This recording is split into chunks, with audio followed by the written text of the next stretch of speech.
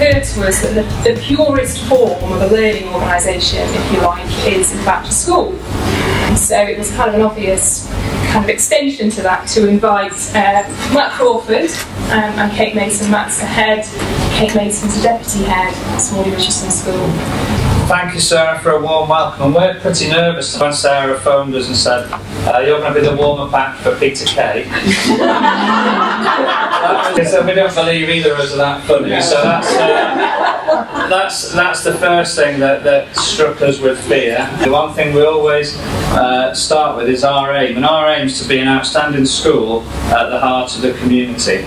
We were perceived as a very good school by the community, by parents, and we had good results and we had a good from Ofsted. There was no structure, there were policies from before I was born, poor systems and procedures in place.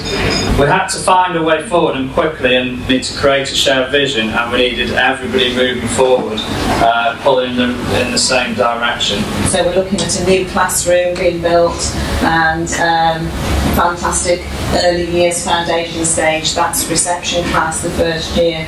Getting everybody to sign up to it, that's a biggie. Everybody comes out and signs their name.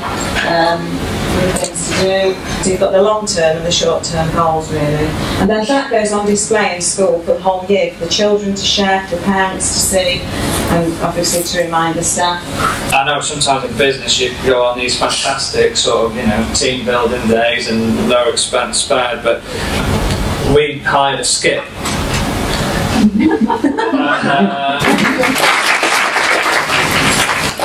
Hello everyone, yes I am Peter Kay and I'm actually the warm-up act for Ryan, so it's the first time. I guess Peter's not said that for a while. So I'm just going to give a context for Lafarge, who we are in Lafarge as a group, who we are in the UK.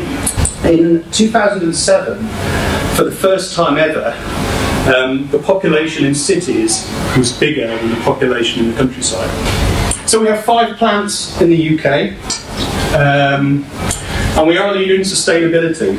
The carbon footprint is relatively low compared to other building products. As you see, I didn't prepare any slides, so I know you're disappointed by that, so I'll just talk to you.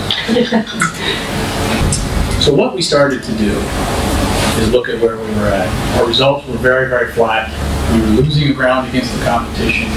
So like the Back to the Future tool, we said, okay, what does that mean? Describe what the future world could look like. And within 2.5 years, we had 100% growth in market share. We had 5 times the combined EBIT, so 5 times the profitability in 2.5 years with the same amount of people. We had the dominant people that want to run over everybody. We had the people who are really about the sport, and we had the challenging folks. So we had a really good mix to succeed. But we went through quite a lot of work, Back to the Future, disc profiling, and some real recognition of, actually we're not doing this right. The vision's right, but how we're trying to get there is we're just not using the strengths we need to use. When you have that all through the thread and people can communicate, it's a very powerful vision.